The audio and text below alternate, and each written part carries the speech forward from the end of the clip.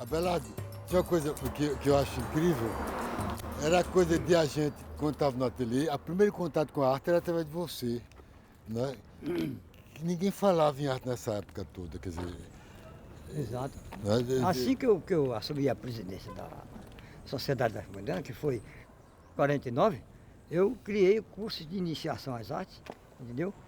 E realmente instituí um tipo de ensinamento. Esse desenho de pose rápida facilitava o rapaz aprender rapidamente, porque eu forçava um desenho rápido, então ele começava a responder com um desenho pessoal e com o coração, com a alma, e responder com o desenho a tudo o que ele fizesse. E ter como modelo o que você via, em vez de você ter que copiar modelo em gesso da Escola de Belas Artes. Nós visitávamos todas as festas populares, as agremiações, onde havia as manifestações de cultura popular, para que realmente começassem também a se aprofundar, entendeu? Na pesquisa da cultura popular. Eu fui com você a primeira vez na minha vida nos Coelhos, você se lembra? Exatamente. A primeira Nós vez que eu vi... visitávamos, inclusive, Exatamente. terreiro de Xangô, além de festas Exato. populares, terreiro de Xangô, para desenhar.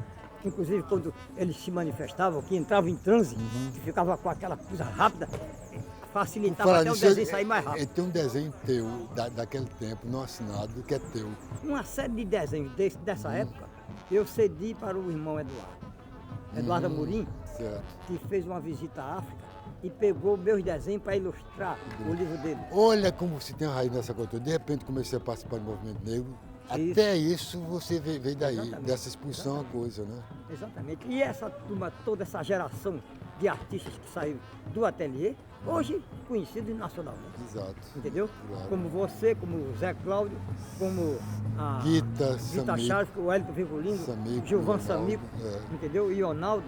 Pessoas, inclusive, que chegavam lá como a primeira coisa, como o primeiro contato com a arte. Quer dizer, você era a primeira... Exatamente. Era, Chegavam virgem, entendeu? E através desse desenho de pose rápida, começavam a adquirir uma personalidade como desenhista, entendeu? Não, eu achava que não... É a base de tudo. Eu achava que não só adquiria, não. Você descobria nele.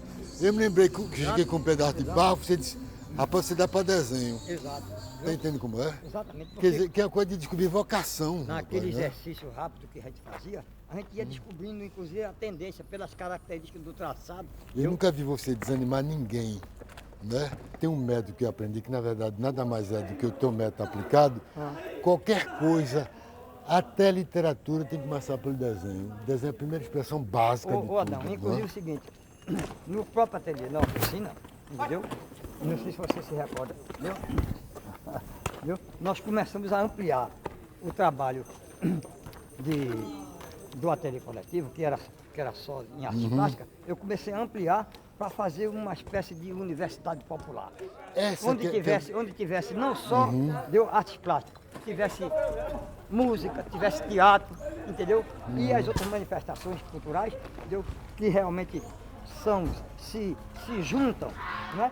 Advertir eu queria, você que me escuta. Vamos quanto analfabetismo, que é uma fera bruta. Caneta e papel são armas, pegue as armas e vamos à luta. Eu vi um cara subir, cantar uma loa, dançar, tá entendendo? E tocar uma música. Isso é tradição nordestina. Isso, velho. E a junção desses setores de arte todinha que a gente começou a fazer dentro do ateliê coletivo, entendeu? Tudo, inclusive, na mesma direção, entendeu? Das raízes populares e das manifestações populares. Porque a diferença do Sul pra gente é que não existe diferença entre ofício e arte. Então, como eu disse a você, entendeu? Quando a gente apresentou um plano para fazer a Casa das Artes no governo de Barbosa Lima, o doutor Arraes era secretário da Fazenda, entendeu? E ficou impressionado com aquilo que eu apresentei, né? E depois, quando ele foi prefeito, entendeu? Me chamou através de Maria de Jesus, que foi aluna minha lá no ateliê coletivo também, você se lembra dela? Lembro. A Arraes disse, eu quero que você fale com o Abelardo para trazer a estrutura daquele movimento que ele vem trabalhando com sacrifício, que eu vou dar inteiro apoio. Nesse tempo ele é sensível às artes. Veja né? bem, e agora eu quero que ele acrescente o setor de educação para a alfabetização de crianças e adultos. Isso era... E então, quando eu li a estrutura desse movimento, naquela reunião de um grupo católico que queria apoiá-lo na administração, como prefeito, que Germano Coelho, que era um dos componentes desse grupo católico, junto com com Paulo Freire, Anita Paulo Paz Barreto, Rosas. Paulo Rosa, Maria Antônia McDowell. Quando ele viu, quando a dissertação que eu fiz da estrutura, ele disse, essa estrutura que Abelardo está falando e está propondo, eu tive oportunidade de assistir uma coisa idêntica na França, e lá ele chamava o movimento Povo e Cultura. Que já é coisa de classe média intelectual francesa católica. Aí Carrasco disse, então aqui a gente vai chamar Movimento de Cultura Que foi a Popular. resposta. Pronto. Algo E que é todo mundo se incrível. levantou, bateu palma e ficou instalado a criação do Movimento de Cultura Popular. A RAI me botou como diretor da divisão de Parque e Jardim, para tomar conta do sítio da Trindade, que eu havia proposto no governo de Pelópolis, para transformar em Parque de Cultura, para eu transformar aquilo ali e fazer dali a sede. Aí eu fiz o teatro ao ar livre, a guisa do Teatro de Dionísio, um teatro aberto, e restaurei a casa para ser a sede do Movimento de Cultura Popular. Agora, veja só, ontem um amigo, Paulo Freire, disse, já botou uma frase incrível, disse, a melhor coisa que aconteceu para Paulo foi ter se exilado. Sabe por quê? Porque ele saiu dessa coisa que era católica, aquela coisa católica fechada, intelectualoide, não é? Exato. E saiu para a vida, saiu para a dureza, coisa que você nunca enfrentou, que você sempre teve na dureza. É exato. Né? E Você nunca foi rezateus. E Paulo Freire, que foi quem dirigiu o projeto de educação, que era de alfabetização, dentro do Movimento Cultural Popular, a parte de educação era dirigida por Paulo Freire. Que viu da vivência popular, exatamente. Acompanhado por Dona Anita Paz Barreto e outros do grupo do Católico. Entendeu? E ele me pediu para ilustrar, e tem uma porção de coisas minhas de ilustrando a cartilha do Movimento Cultura Popular. A cartilha de alfabetização de Paulo Freire, que ele fez, inclusive todo o método dele. Entendeu? Ele me pediu para ilustrar e eu cedi uma porção de trabalho para ilustrar. Porque o que eu acho que é escrito em Pernambuco, pensa separar educação e cultura. Isto que você escuta lhe aconselhando estou. Foi o método de Paulo Freire que eu vi quando ele falou nas favelas dos humildes a quem mais ele ensinou.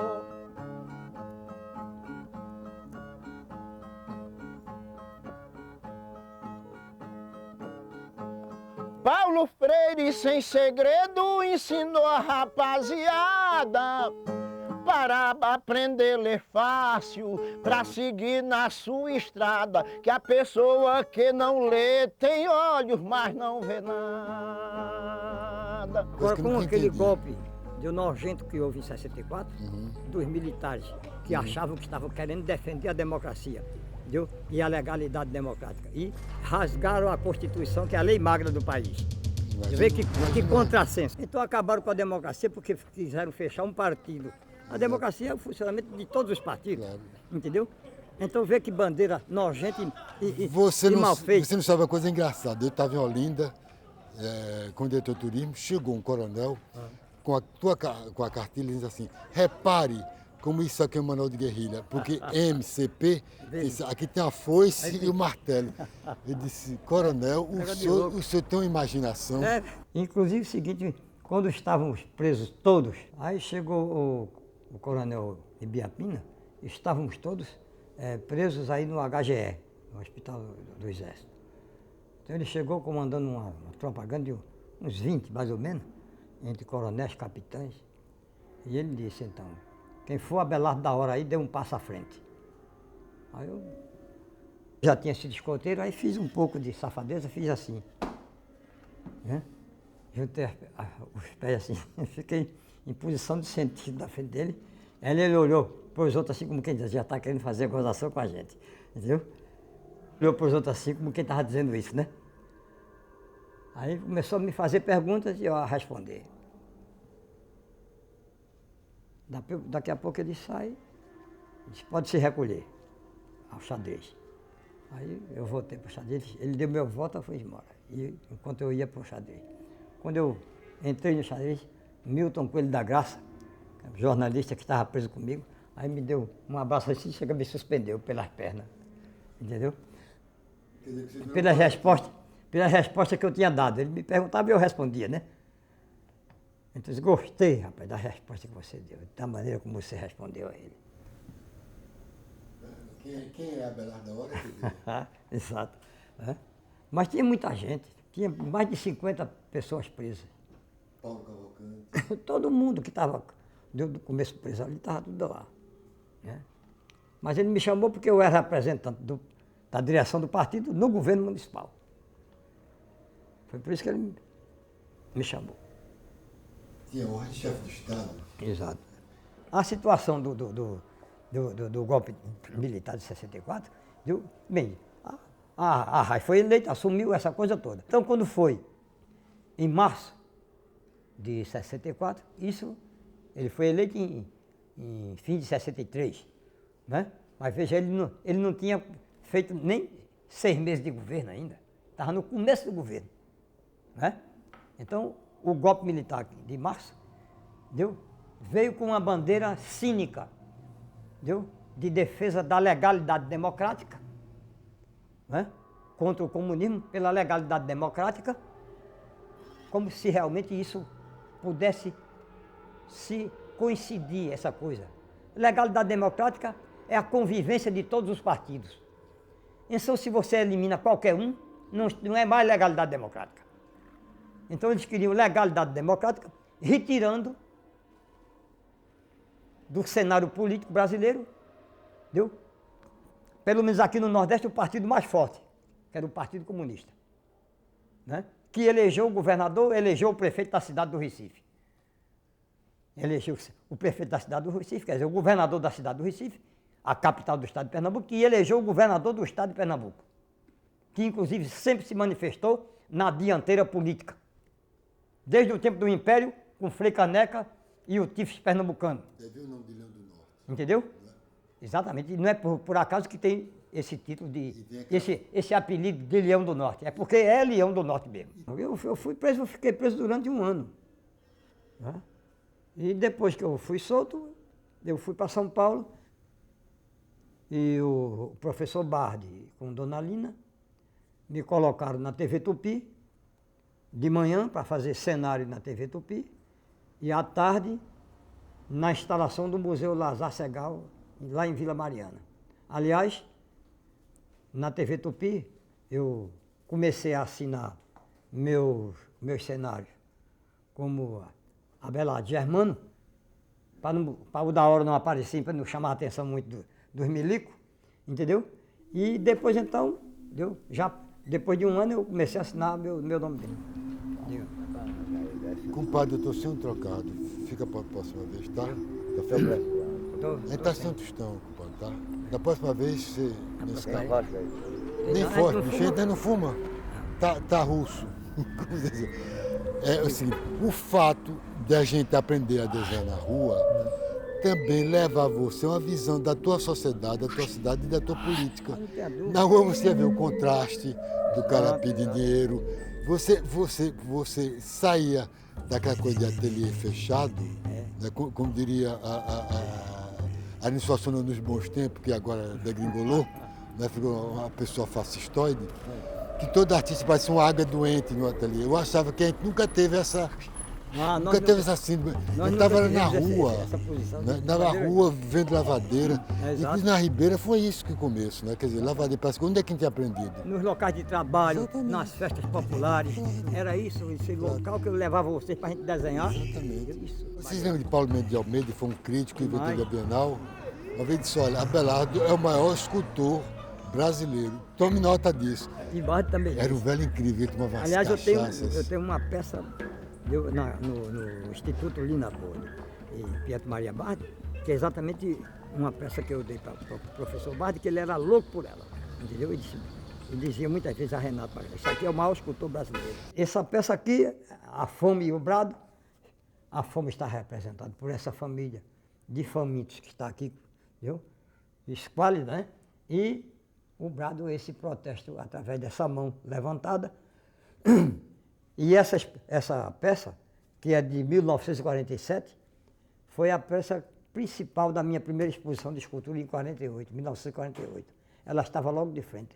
Era número 1 da minha exposição, da minha primeira exposição de esculturas, feita em 1948, na Associação dos Empregados no Comércio, na Rua da Imperatriz, patrocinado pelo DDC, Diretoria de Documentação e Cultura, através do trabalho de Hélio Feijó com Sérgio Rigueira, à frente da Diretoria de Documentação e Cultura da Prefeitura do Recife. É uma família de miserável. Viu? Como vem realmente, desde 48 eu venho trabalhando nisso. A fome do brado eu fiz em 47. quando eu vim de volta do Rio de Janeiro, né? Que fiz aquela minha exposição em 48. Né? Agora, depois eu já fiz uma que participou do Museu de Arte Moderna da Exposição, que está naquele catálogo que eu mostrei a vocês ainda agora, né? Juntamente com uma outra que eu fiz, que está na coleção particular do professor Bardi, que está no Instituto Lina Boa Pietro Maria Bardi, lá em São Paulo. Uma outra que está no MAC da USP, no Museu de Arte Contemporânea da Universidade de São Paulo, e outra que está no Museu de Arte do União, no Museu do União, na Bahia. Foi adquirido por Dona Lina. E essa daqui, entendeu? Que eu chamei de Flagelo, né? Foi feita em 75, que é exatamente uma mãe com 2 meninos, famintos, miseráveis, chorando, entendeu? E aquele no braço, que está quase morto no braço da mulher, né? É o drama do Nordeste, essa miséria que você, saindo daqui, você vê na esquina. Você vê o contexto entre o retirante... Isso não é invenção, isso existe. Entre o retirante e o sem terra. O sem terra é o retirante com consciência. Agora, ao lado disso, dessa posição de denúncia contra a miséria aqui, o governo impõe à população, pela falta, pelo desmando, pela desgovernança, entendeu? E pela política errada que vem se cometendo até hoje, entendeu? Que hoje a política está uma miséria. Entendeu? A política, de uma maneira geral, não tem um só político. Entendeu? Que se diga, benza-te Deus, esse merece realmente. Entendeu? Não existe um só. Essa que é a verdade. Entendeu? Então, eu faço a minha política através da minha arte. Dou o meu depoimento, meu pronunciamento através do que eu crio. Entendeu? Agora, tem esse lado político e tem esse outro lado humano, que é exatamente de cantar a beleza das mulheres. Viu? Que realmente é o outro lado da minha arte e é o lado que, inclusive, também me acalenta um pouco e me consola dessas lutas e me faz descansar dessas lutas danadas. Né?